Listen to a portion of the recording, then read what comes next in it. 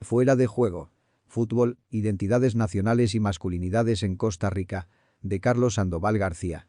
Este proyecto es resultado de una inquietud largamente postergada. Durante años me percaté de la centralidad sociocultural del fútbol en la vida cotidiana de costarricenses, sobre todo varones, y la incidencia de este deporte en sus familias o allegados. Esta curiosidad fue resultado de la observación de mi propia familia. Los fines de semana arrancaban sintonizando La Patada y proseguían escuchando primero y viendo después los partidos del Saprissa, cuyos resultados incidían en el estado de ánimo de mi padre y, en general, en la tirantez o calidez de nuestras interacciones. En este sentido, este es un largo y tardío diálogo con mi padre, quien, sin saberlo, me persuadió de que la vida cotidiana es central para entender la conformación del orden social y la subjetividad. Entonces, investigar las culturas asociadas al fútbol es un modo de intentar entenderme a mí mismo y al universo de clase y masculinidad en el que crecí. Como suele ocurrir más a menudo de lo que uno se percata, investigando otros, uno intenta reconocerse. Karina, una liguista con quien este sapricista comparte la afición plebeya por el fútbol, leyó también un borrador de este libro, me ayudó a clarificar argumentos, me motivó a concluirlo con prontitud y, sobre todo, me conminó a temperar mi sapricismo. Ignacio, nuestro hijo, quien al parecer ha decidido ser futbolero, nació prematuramente mientras este libro se escribía. De él he aprendido una singular tenacidad para asirse a la vida. Introducción. El fútbol es un asunto de cabeza. El sábado 7 de julio de 2001 fue asesinado Parmenio Medina, productor de La Patada, tal vez el programa radiofónico más consistente en la historia de los medios de difusión costarricenses, el cual estuvo al aire durante 28 años. Mi interés por el análisis sociocultural del fútbol probablemente esté relacionado con la escucha de La Patada, pues fue este programa el que empezó a despertarme curiosidad sobre este deporte. El asesinato de Parmenio activó la más diversa gama de lealtades entre sectores sociales de las más variadas persuasiones políticas. Sin embargo, lo que por lo común escapa a los comentaristas es cómo y por qué un programa que se inició como una propuesta humorística cuyo tema prioritario era el fútbol, se convirtió en una instancia de análisis, en donde el humor y la crítica desplazaron al fútbol por la política, culturizando la política y politizando el fútbol. Hemos reparado poco en una frase con la que todos los domingos iniciaba La Patada. Aunque el fútbol se juegue a patadas y manotazos, sigue siendo un asunto de cabeza. Parafraseando a Parmenio, hemos dedicado poca cabeza al deporte y al fútbol. Fuera de juego es una modesta contribución a recordar su agudeza. Su ausencia física no anula su contribución a la cultura política costarricense. La importancia del fútbol en la vida cotidiana contrasta con la marginalidad del tema en las ciencias sociales en Costa Rica, aún después de la clasificación en 2 mundiales, eventos que han exacerbado aún más las pasiones futbolísticas, las ciencias sociales no se han ocupado de este deporte con la misma intensidad. Aunque algunos autores considerados clásicos, como Norbert Elias y menos Pierre Bourdieu o Eric Hobsbawm, se han interesado central o tangencialmente en el fútbol, quienes los leen en general parecen más interesados en los debates teóricos provocados por estos autores que en seguir las pistas de investigación empírica sugeridas. Ya sabemos que en ciencias sociales somos más diestros, discutiendo debates que produciendo datos e interpretaciones. En este contexto, una de las dificultades más importantes es cómo situar el fútbol en términos de la discusión académica. Roberto da Mata ha notado que la presencia del fútbol está tan enraizada en las sociedades latinas que algunos analistas tienen dificultades para ver sus implicaciones. Eduardo Galeano lo ha planteado con ironía. ¿En qué se parece el fútbol a Dios? En la devoción que le tienen muchos creyentes y en la desconfianza que le tienen muchos intelectuales. Esta resistencia podría responder a la distancia cultural que en general separa a quienes practican la investigación social de fenómenos como el fútbol. En Centroamérica, la mención más frecuente de este deporte en las ciencias sociales es la llamada Guerra del Fútbol entre Honduras y El Salvador. En junio de 1969, Honduras y El Salvador disputarían 3 partidos como parte de las eliminatorias para el Mundial de México 1970. El primer partido se realizó en Honduras y los medios hondureños alentaron la hostilidad hacia los salvadoreños que habían llegado. El segundo partido tuvo lugar en El Salvador y una actitud similar vivieron los hondureños que viajaron a ese país. La reacción en Honduras fue de hostigamiento a la población salvadoreña que residía allí y que se estimaba en 300.000 antes de la guerra. James Rowles estima que hacia el 25 de junio de aquel año, unos 10.000 salvadoreños habían sido expulsados de Honduras. El regreso de salvadoreños a su país generó un sentimiento de amenaza entre la cúpula militar gobernante, pues se temía que los recién llegados protagonizaran un levantamiento armado. El 14 de julio, las Fuerzas Armadas de El Salvador invadieron Honduras en un conflicto llamado la Guerra de las 100 horas, cuyo detonante fue el fútbol, en que se estima que murieron entre 1.000 y 2.000 personas, además de la población desplazada y refugiada que pudo representar unas 100.000 personas, la mayoría salvadoreños que regresaban de Honduras. Sin embargo, aparte de este evento tan lamentable, el análisis de las implicaciones económicas y socioculturales del fútbol en la región es escaso. El título de este libro, Fuera de juego, retoma la regla 11 del reglamento de la Federación de Fútbol Asociado, FIFA, la cual establece que, si un jugador se encuentra más cerca de línea de meta contraria que el balón y el penúltimo adversario está fuera de juego y, por lo tanto, la acción se invalida. Posiblemente, esta regla sea la de más compleja aplicación en el arbitraje, pues con frecuencia surgen interpretaciones opuestas. Esta regla es retomada como título de este libro para insinuar que tanto las identidades nacionales hostiles a la diversidad como las masculinidades hegemónicas están fuera de juego. La referencia a la regla 11 también intenta llamar la atención de que se requiere más debate sobre las relaciones entre identidades nacionales y masculinidades. Como sociedad, tenemos el reto de preguntarnos cómo hemos llegado a construir estas imágenes y formas de convivencia y, sobre todo, cómo podríamos superarlas. Fuera de juego procura trascender tanto perspectivas que consideran el fútbol por encima como por debajo de las relaciones de poder presentes en la vida social. Cuando se piensa el deporte por encima, se le considera trascendiendo desigualdades o diferencias. Mientras que, cuando se asume el deporte por debajo, se lo identifica como algo trivial y, por lo tanto, como no merecedor de la investigación académica. El análisis del fútbol parece caracterizarse por una tensión entre el reconocimiento de formas populares de la esfera pública, en donde muchas de las personas que suelen sentirse ajenas a los debates serios toman la palabra, y la crítica de expresiones hipermasculinas o xenófobas construidas alrededor de este deporte. Esta tensión se vuelve más compleja cuando uno ha crecido en una cultura de clase trabajadora, donde el fútbol ha sido parte de la propia subjetividad y desde dicho contexto no es de extrañar cierta actitud defensiva hacia la crítica. Pero es evidente que el fútbol es también una manera de exclusión y reproducción de la masculinidad hegemónica y de formas hostiles de nacionalidad. Un reto mayor para el trabajo académico sobre el deporte en general y el fútbol en particular depende de la posibilidad de reconocer esta tensión. La intuición que origina Fuera de juego es que en fenómenos en apariencia carentes de relevancia ideológica o política, como sería el caso del fútbol, toman forma prácticas y subjetividades que tienden a conformar imaginarios colectivos de sectores mayoritarios de una nación. Los deportes, y el fútbol en particular, proveen formas culturales a través de las cuales se constituyen imaginarios colectivos desde los que se le otorga sentido a la vida. Los imaginarios son tan reales como lo son las políticas públicas y las preferencias de los consumidores, apuntaba Norbert Lechner justo antes de morir. Fuera de juego procura explorar el fútbol como un conjunto de instituciones, prácticas y representaciones en torno a las cuales miles de personas, mayoritariamente hombres, le dan sentido a su vida y organizan su tiempo. En particular, se explora cómo el fútbol se constituye en una instancia en donde se articulan identidades nacionales y masculinidades en un contexto en el que lo local y lo global se cruzan cada vez con más frecuencia. Una lectura de las narrativas sobre nacionalidad en Costa Rica revela que hay dos temas que articulan el sentido de pertenencia nacional: la estigmatización de la comunidad nicaragüense y las pasiones que se externalizan en torno al fútbol. Nicaragua como Estado y los nicaragüenses como nación han ocupado un lugar clave en el imaginario colectivo costarricense, constituyendo un otro en referencia al cual se representa un sentido de nacionalidad en Costa Rica. El fútbol, por su parte, constituye también una actividad decisiva a través de la cual se configuran procesos de identificación nacional y masculina. La coincidencia de los mundiales y las campañas electorales hacen esta relación aún más crucial. Las celebraciones en torno al fútbol constituyen formas rituales en donde varones mayoritariamente se involucran en lo que Michael Billig ha llamado nacionalismo banal, es decir, formas de identificación que no corresponden con las formas ilustradas que dieron lugar a los discursos de nación y nacionalismo en el siglo XVIII. En este contexto, Fuera de juego se plantea tres objetivos. En primer lugar, se explora el surgimiento de un sentimiento de pertenencia nacional a través del fútbol. La selección nacional es llamada el equipo de todos y tiende a representar lo que se consideran los intereses nacionales. La participación de Costa Rica en el Mundial de Italia 90 se recuerda por la frase "lo daremos todo", en que el nosotros son los seleccionados, pero en un sentido más general la nación en su conjunto. El Mundial de Japón y Corea del Sur 2002 despertó diversas formas de identificación nacional que a menudo se expresa en la frase "sí se puede". Participar en mundiales dejó de ser una posibilidad lejana y se ha convertido en casi una obligación. A veces, queda la duda de si sobre la selección masculina de fútbol se depositan más expectativas de las que ésta puede satisfacer. A ello se suma la presión de los medios de comunicación, instituciones que basan sus inversiones en el supuesto de que la selección clasifique, pues el éxito incrementa enormemente el gasto publicitario.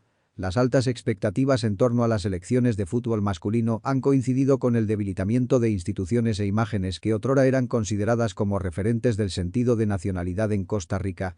Es decir, el fútbol se ha convertido en la forma de identificación nacional por excelencia, no solo por los éxitos alcanzados, sino también porque otros referentes de la identidad nacional se han debilitado. En segundo lugar, se propone analizar el fútbol como una arena clave para la constitución de masculinidades. Aunque las mujeres se incorporan con entusiasmo a este deporte, sobre todo cuando se trata de juegos de la selección, este tradicionalmente convoca sobre todo a hombres. La relación entre fútbol y masculinidades revela un doble carácter altamente relevante, pues, por una parte, el fútbol contribuye a constituir masculinidades hegemónicas, en las cuales el ejercicio de la fuerza, la genitalización, la violencia y la feminización del otro son parte constitutivas de lo que se vive en la gradería. Pero también, el fútbol es una de las pocas situaciones sociales en que hombres heterosexuales pueden experimentar contacto físico, ya sea en el campo de juego o en las graderías, sin que ello sea objeto de censura u homofobia. Adicionalmente, el fútbol expresaría una tendencia hacia la erotización del cuerpo masculino, que se convierte en objeto del deseo de hombres y mujeres. En este sentido, constituye un espacio clave para explorar cómo las masculinidades hegemónicas encuentran en este deporte un sitio clave para su constitución, pero también, hasta cierto punto, un singular espacio para su potencial transgresión. Un tercer objetivo, explora relaciones entre identidades nacionales y masculinidades. La mayoría de los análisis sobre nación y género han enfatizado las diversas formas en que la nación es representada como feminizada. Pero las relaciones entre nacionalidad y masculinidades se han explorado poco. El fútbol posiblemente constituya una de las prácticas culturales en que el vínculo entre masculinidades y nacionalidades se expresa con mayor frecuencia e intensidad, sobre todo porque este deporte es vivido como una disputa por la honorabilidad, uno de los valores que dan sentido a las masculinidades y a los nacionalismos. El honor y el orgullo nacionales son a menudo una preocupación de los hombres, quienes ven en el decoro nacional su propia valía. Como apunta Paul Gilroy, la integridad de la nación se convierte en la integridad de su masculinidad. Fuera de juego, procura explorar la relación entre fútbol, identidades nacionales y masculinidades en tres instancias de análisis claves: institucional, discursiva y subjetiva. En el ámbito institucional, se analiza cómo en torno a este deporte se establecen disposiciones y recursos, tanto en términos económicos, contratos de televisión, merchandising, venta de jugadores, como de modos de organizar y priorizar actividades, rutinas y rituales de ir al estadio o de presenciar un partido, por ejemplo, en ámbitos locales, nacionales y globales. En el plano discursivo, importa analizar las narrativas, las cuales se vuelven recurrentes en los medios de comunicación y se constituyen en referentes de tiempo y espacio para miles de personas. Tanto los eventos considerados extraordinarios, como las clasificaciones a los mundiales, por ejemplo, como aquellos más ordinarios, como los partidos que se celebran los domingos o organizan el sentido del tiempo. En torno al fútbol se construyen pues nociones de lo ordinario y lo extraordinario, de las rupturas y las continuidades del tiempo. En el plano espacial, los estadios posiblemente constituyan los lugares en que más personas se reúnan de manera presencial y simultánea, ya sea para presenciar partidos, conciertos o actividades religiosas. Las lealtades locales a ciertos equipos o a la selección nacional se asocian con el estadio en que se juega. Las graderías populares o de sol, como también se les conoce, adquieren significados particulares. En la dimensión subjetiva, se estudia cómo toman forma ciertas subjetividades, formas de ser en el mundo, en el contexto de disposiciones institucionales y narrativas. El fútbol parece ser una forma en que muchas personas, sobre todo varones, ejercen su ciudadanía, pues constituye un tópico en relación con el cual se sienten autorizados a hablar. La política o la economía son campos y saberes sobre los cuales no se sienten implicados. El fútbol constituye algo así como una esfera pública plebeya en donde muchos se sienten competentes. No se trata de avalar las jerarquías que excluyen a miles de personas de la política y les inclina a invertir pasiones y buena parte de su tiempo en el fútbol, pero sí de explorar las implicaciones de que sea este deporte una de las pocas opciones para sentirse ciudadano. De esta trilogía entre fútbol, identidades nacionales y masculinidades encontraría en el concepto de honorabilidad un punto clave de articulación. La honorabilidad o el temor de perderla hace que haya imágenes intercambiables entre esta trilogía, cuyo análisis, ni de lejos, queda agotada en este libro. Fuera de juego ha vivido varias etapas. Inicialmente, en 2001, arrancó como un intento por vincular un análisis de crónicas periodísticas con una etnografía en los estadios, durante los Juegos Clasificatorios para el Mundial de Japón y Corea del Sur 2002. Sobre todo durante el Mundial 2002 fue evidente que el fútbol y el deporte en general se han convertido en espectáculo. Esta espectacularización ha dado lugar a que las imágenes, provistas por las transmisiones de televisión, la publicidad o las que circulan en Internet, se constituyan en un modo predominante de representación del fútbol, a veces más que el trabajo periodístico convencional. Gillian Rose retoma la distinción entre visión y visualidad para enfatizar que mientras que visión alude a lo que el ojo humano es fisiológicamente capaz de ver, visualidad o cultura visual se refiere a la forma en la cual la visión es construida. La cultura visual remite pues al análisis de cómo ciertas instituciones movilizan determinadas formas de visualidad y de ordenar el mundo. El reconocimiento de que una cultura visual se ha vuelto predominante no implica, desde luego, desconocer que las imágenes han sido centrales en culturas o comunidades consideradas premodernas. Rose sostiene que una imagen puede tener efectos visuales propios, a través de los modos de ver movilizados por la imagen, los cuales son cruciales para la producción y reproducción de diferencias sociales, aunque estos efectos siempre cruzan por el contexto en que son vistos y la cultura visual que los espectadores llevan consigo al momento de ver.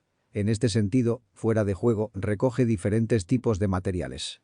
Uno de ellos es la literatura académica sobre deportes, particularmente la que hace referencia al vínculo entre fútbol, identidades nacionales y masculinidades. Sobra decir que este libro no presenta una revisión exhaustiva, aunque sí se ha tratado de consultar la literatura reciente publicada tanto en castellano como en inglés. Este balance permite evidenciar que la centralidad de los deportes en las sociedades contemporáneas empieza a ocupar un lugar destacado en la agenda de las ciencias sociales. En segundo lugar, se han considerado formas de interacción y expresiones a través de las cuales los espectadores, predominantemente varones, se refieren al fútbol en estadios y bares, a lo largo de la fase de clasificación al Mundial de Fútbol 2002 y durante los 3 juegos realizados en Corea del Sur. Ello sumó unos 6 partidos presenciados en estadios costarricenses como el Alejandro Morera y el Ricardo Saprissa y, además, unos 9 partidos presenciados en bares de San José. También se realizó un viaje por tierra a Honduras con un grupo de aficionados que iban a presenciar el partido Honduras y Costa Rica, celebrado en Tegucigalpa. Adicionalmente, se analizaron crónicas deportivas sobre la participación de la selección en torneos clasificatorios a partir de la década de 1960. Se identificaron los periodos en que se realizaron los torneos de clasificación y se procedió a ubicar las crónicas publicadas por el diario La Nación.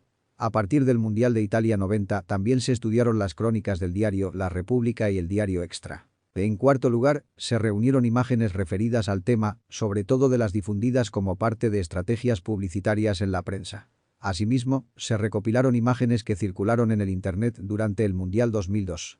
Este mismo periodo coincidió con un considerable crecimiento del número de personas que frecuentan la web y tienen un correo electrónico, 2 nuevas formas a través de las cuales circulan imágenes y textos entre grupos. Fue sorprendente cómo ciertas imágenes tuvieron una amplia difusión y llegaron a ser temas de conversaciones cotidianas. Esta es una diferencia muy sugerente entre los mundiales de Italia 1990 y el de Japón y Corea del Sur 2002. También se realizaron 5 entrevistas a periodistas vinculados con el campo deportivo. Cada persona fue entrevistada una única vez, alrededor de 1 hora aproximadamente, luego se procedió a transcribir cada conversación en su totalidad. El objetivo de las entrevistas no fue precisamente analizar las declaraciones de las personas entrevistadas, sino más bien validar algunas de las argumentaciones presentes en este libro. En sexto lugar, se analizaron 5 ediciones de Sensación Deportiva, un programa que se transmite en Radio Colombia de lunes a sábado al mediodía. Se seleccionaron los días del 1 al 7 de septiembre, justo antes y después del partido entre las selecciones de Guatemala y Costa Rica, durante la primera ronda de clasificación para el Mundial Alemania 2006.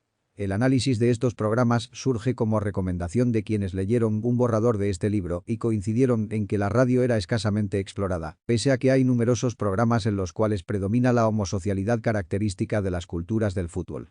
La selección de literatura, crónicas, sitios de observación e imágenes difícilmente carece de alguna arbitrariedad, pues el fútbol se caracteriza por la ubicuidad, es decir, está presente en diversas esferas culturales y espacios sociales, al tiempo que tiende a ser un ritual que no cesa, ya que continuamente hay nuevos torneos, historias sobre jugadores, controversias sobre resultados, etc., que relativizan cualquier delimitación del tema. Sin embargo, se ha procurado reunir materiales que ilustren algunos de los espacios sociales y formas discursivas a través de los cuales se constituye el fútbol en una práctica cultural. Ello ha permitido triangular diferentes tipos de materiales e interpretaciones. Sobra decir que se trata de un estudio introductorio sobre un tema que satura la vida cotidiana en Costa Rica. Justo al momento de terminar la última revisión del manuscrito de este libro, a finales del año 2005, los medios de comunicación anunciaron que la selección de Costa Rica jugará el partido inaugural contra la selección de Alemania, la anfitriona del próximo Mundial. Mi implicación en el tema merece al menos un breve comentario, pues mi forma de reaccionar frente al fútbol parece dar más importancia a aquellos aspectos y expresiones que, de acuerdo con mi punto de vista y subjetividad, son más notorios, por ejemplo, porras altamente sexualizadas u otras formas de violencia simbólica, mientras que muchas prácticas de comportamiento y creencias no son registradas. Así, este trabajo destaca aspectos que pueden no coincidir con los que los fanáticos moderados recuerdan acerca de sus propias experiencias en estadios o bares. En este sentido, he dado mayor énfasis a aspectos que no comparten mi manera de ver, de modo que la desidentificación juega un rol importante en el análisis, mientras que aquellos aspectos en los que coincidimos son menos observables. También he aprendido lo difícil que es compartir puntos de vista críticos acerca de la masculinidad y nacionalidad con quienes están envueltos en la producción de estos significados. Durante el viaje a Honduras, por ejemplo, escuché por espacio de hora y media chistes altamente masculinizados, pero no manifesté mi insatisfacción. Organización del libro. Fuera de juego está organizado en 5 capítulos, los cuales condensan los principales ejes de análisis, echando mano de diferentes materiales como crónicas periodísticas, descripciones etnográficas, imágenes, literatura académica. El primer capítulo elabora un balance del estado del conocimiento sobre los vínculos entre fútbol, identidades nacionales y masculinidades a partir del estudio de la literatura publicada en castellano y en inglés. Desde luego, no se trata de un análisis exhaustivo, pero sí intenta caracterizar a los deportes como un fenómeno de la modernidad. También se discuten algunas interpretaciones que analizan el fútbol como fenómeno cultural saturado de rituales que, a su vez, inciden en otras esferas de la vida cotidiana, como las relaciones familiares, por ejemplo. Asimismo, se analiza la centralidad de los medios de comunicación en la conversión del fútbol y del deporte en general en espectáculo. El capítulo finaliza con el análisis de la noción de honorabilidad como un punto de articulación entre fútbol, nacionalidad y masculinidades. El segundo capítulo explora cuándo y cómo la selección de fútbol, sobre todo a partir de la década de 1960, empezó a constituirse, poco a poco, en el equipo de todos, culminando en el Mundial de Italia 90 cuando se vuelve ícono de la nacionalidad. Se analizan narrativas de derrota, declive y triunfo. Se examinan las formas literarias que asumen estas narrativas. De especial importancia es el cambio que se observa durante el Mundial de Italia 1990 cuando la selección se identifica con Cenicienta, recurriendo a una modalidad narrativa ampliamente empleada. En este periodo no solo hay un auge de la selección, sino, también, un debilitamiento de otras imágenes de nacionalidad, lo cual vuelve al fútbol aún más central.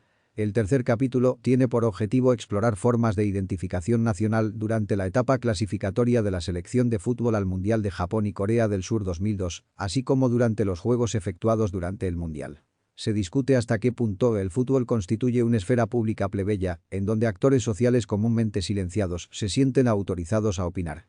Por otra parte, se interroga acerca del por qué esta esfera pública plebeya es también un sitio en donde se construyen imágenes de otredad, asociando a los equipos adversarios con aquellas características rechazadas en la propia selección y, en consecuencia, en la sociedad de pertenencia. Este capítulo estudia, también, cómo el sentimiento de nacionalidad se elabora a través de la creciente mercantilización del fútbol y, por último, se acerca a las formas en que, a través de este deporte, se representa el orgullo y la derrota de la nación. El cuarto capítulo discute cómo y por qué el fútbol es un sitio clave para la configuración de masculinidades, a menudo en una relación recíproca y mutuamente constitutiva con referencias a nacionalidad. Explora etnográficamente cómo la homosocialidad es un rasgo constitutivo del fútbol. En segundo lugar, se analizan anuncios publicitarios, en particular una estrategia de Coca-Cola, la cual recrea imágenes de masculinidades hegemónicas. Posteriormente, se discute una serie de fotografías en que un grupo de mujeres jóvenes aparecen derramando cerveza sobre sus pechos, en lo que suele llamarse camisetas mojadas. El capítulo prosigue argumentando que la mirada masculina es una especie de sobreentendido que hace posible que el fútbol se convierta en espectáculo.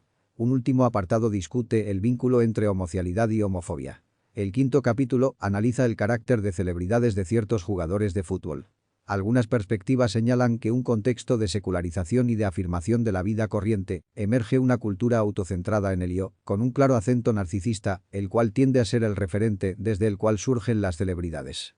Se discuten, principalmente, dos figuras, si se quiere, antitéticas. Una es Froilán Ledezma, el jugador mejor pagado en la historia del fútbol de Costa Rica durante el siglo XX, quien ha vivido diversas dificultades deportivas y personales. La otra es Gilberto Martínez, quien condensa la imagen del triunfador, escalando desde lo local. Palmares de Pérez Celedón Saprissa, un referente muy popular de lo nacional en el fútbol de Costa Rica, y luego a lo global, el fútbol italiano.